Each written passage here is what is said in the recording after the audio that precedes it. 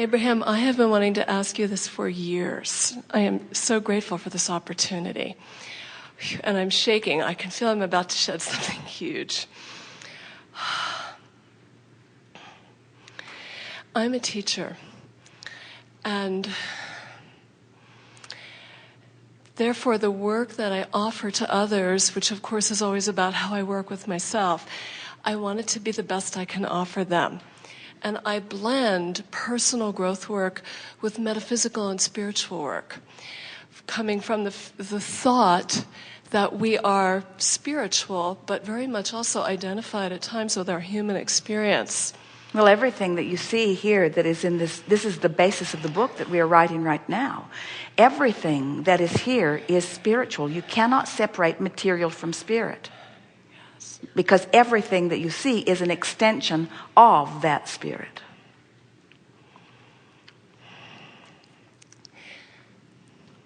So in my work, both my internal work and my work with those I'm honored to work with, I try to bring together, let me say this differently.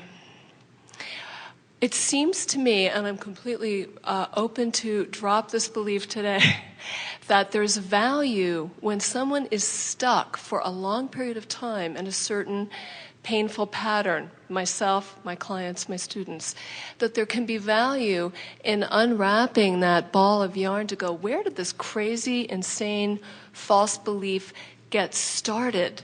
And that in tracking back in our human experience and our interpretation of it, how we formed a negative belief system that's then attracting what we don't want, there can be a discrimination and a detachment that allows us to go, oh my God, that was never who I really was, that enables us to shift out of it. I'm talking about when something comes up over and over and over in someone's experience and they just can't seem to transcend it, meditate out of it, the thing that's tricky about that, and first of all, we want to say to you that you are a really good teacher.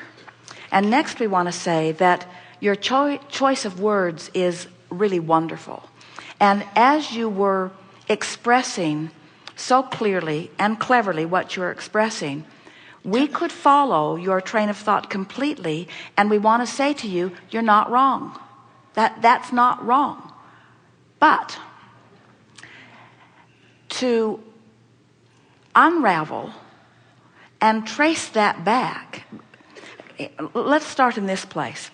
We said earlier today to a couple of different people that when you stand in your now with an issue, like someone might be wanting to talk to you about an issue, that they want to talk about this indication, this manifestation or this situation, which is an indication of a pattern of thought that they've got going on. It's a pattern of thought. It's not a thought that started somewhere and is still stuck somewhere in their vibrational craw. It's a pattern of thought. So that thought led to another thought, which led to another thought, and to intricately unwind all of that would take someone maybe of your caliber who could really stay with them long enough. But what we've noticed every single time somebody tries it is that they get stuck, even stucker, because as they're traipsing back through all of that, they don't mean to, but still they are doing it. They are activating all of those resistant vibrations and then just keeping law of attraction, bringing it to them so they cannot shake loose of. It's not like somebody said something to them when they were 3 or somebody did something to them when they were 3. And if they could just get back there and understand it, it would be done, because that just started what they were thinking about when they were 4, which kept them going when they were 5, and which kept them going when there's just too much to unravel. And it is just ever so much simpler to help them to understand that they're just not being who they are. Now, there are a lot of people, we know that a lot of the people on this planet today, you could not bring to a gathering like this where they could comfortably hear from a spiritual entity about this vortex of creation. There are some bridges that need to be made. And everybody isn't ready for that.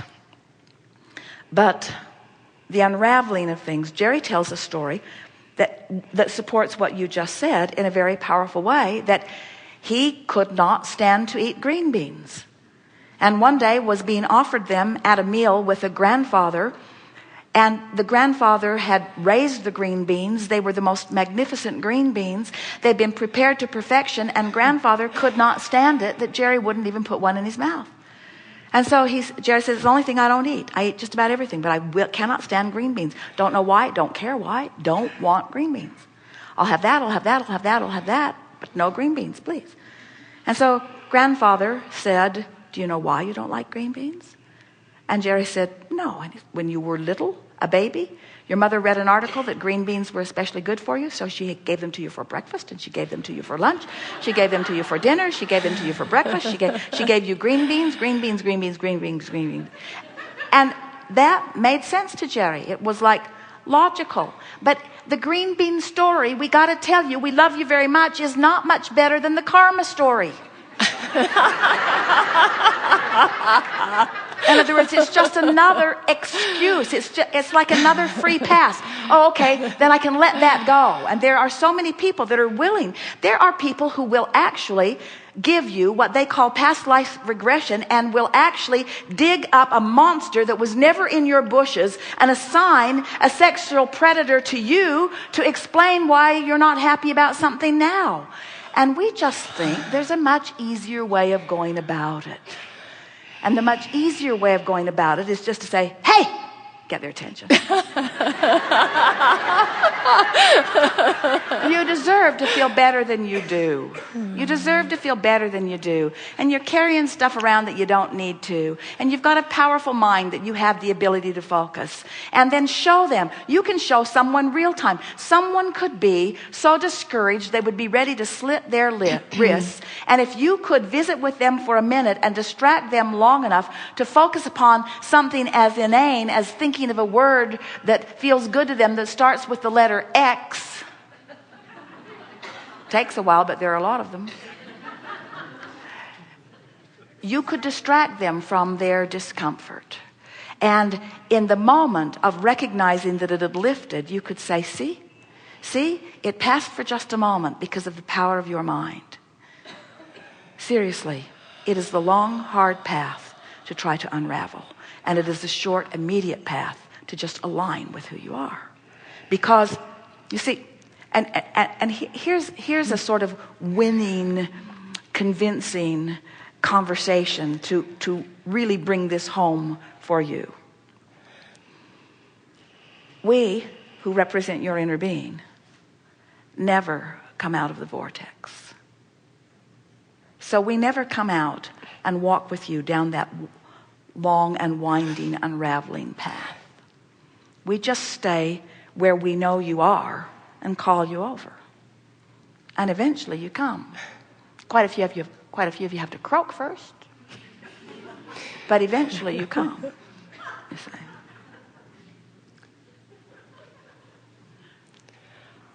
Next, we want to say to you that there is no one right path. And there is no client that you interact with who is just like any other. And so when we said you were a very good teacher, we meant it completely. And sometimes you have to feel your way about what's the best way to help them find their way. We were talking with a woman one day who was really resistant to everything that we were saying. And it was clear to us and to her and to Jerry and to Esther that the conversation, it was a telephone consultation many years ago, she just wasn't having any of it. She really wanted a fortune telling, and that's not what we offer. We wanted to give her the key to her vortex, even though it was before vortex terminology. So we could see that she was having none of what we were saying, and so we decided to distract her from her issues, knowing that the whole time she had been prodding at her problems with us, that the solution had been highlighted too. So she had never been in a better opportunity to go into the vortex, because she had highlighted. You can't highlight the problem without highlighting what's in the vortex too. Is that helpful to know? So here it was, all activated and vivid, and here we were right there calling her in. So we said, let's talk about blue glass. Why in the world would I want to do that? Well, because blue glass is beautiful. Well, she protested, but we persevered, and we spoke about blue glass. Talked about textures and colors and applications and so on. Then we said, let's talk about butterflies. Same thing. She didn't want to, but we did. We talked about butterflies, sizes, shapes, colors, where they are, how they migrate. Then we said, let's talk about feathers. That was just ridiculous to her, but we didn't care. Talked about feathers, what you can use them for, where they come from, different birds that they come from, different applications of them, what they are about. And then the consultation was over. Esther hung up the telephone, said to Jerry, she will be asking for her money back. And Jerry and Esther were in San Diego at the time, and they went to La Jolla for lunch.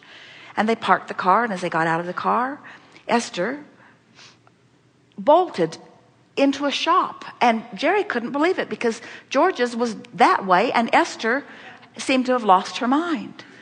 And he came back. What are you doing? Well, just come with me for a minute. Why? What do you want to see? I don't know. Just come with me. So he followed her in. She did not know what the impulse was about. Deep in the back of this shop was a wall of blue glass.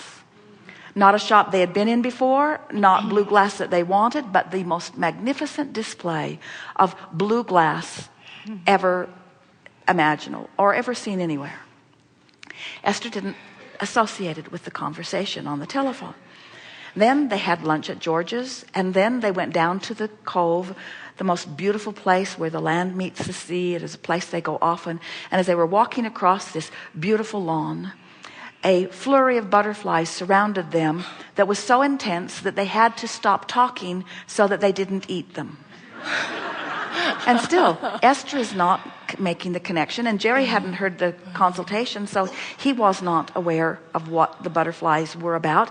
And then, as the butterflies cleared, a little Asian boy from across the way, about 3 or 4 years old, came running to Esther. It was clear he was coming directly to Esther.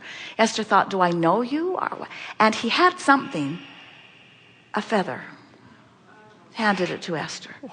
And in the moment that she took this gift of a feather from this little boy, who just felt compelled beyond imagination to give her this feather, can you imagine how the universe has inspired this little compliant being? Tuned in, tapped in, turned on. Pick up that feather and take it to that lady. Pick up that feather and take it to that lady. He heard it so clearly, he picked up that feather and he took it to that lady for no other reason than to confirm to Esther that when you deactivate anything that's bothering you and focus upon anything without resistance, the universe will deliver to you the full-blown manifestation of it immediately. Within an hour of the conversation, not only did all of that manifest, it all manifested one on top of the other, because the universe always yields to you. That's what this vortex is. All the things you want, swirling with the perfect avenues to deliver them to you through the path of least resistance. But you can't have resistance, or there is not a path of least resistance. There's a path of great resistance. Don't you love knowing that? Well, then you already knew that. Good time for a segment of refreshment.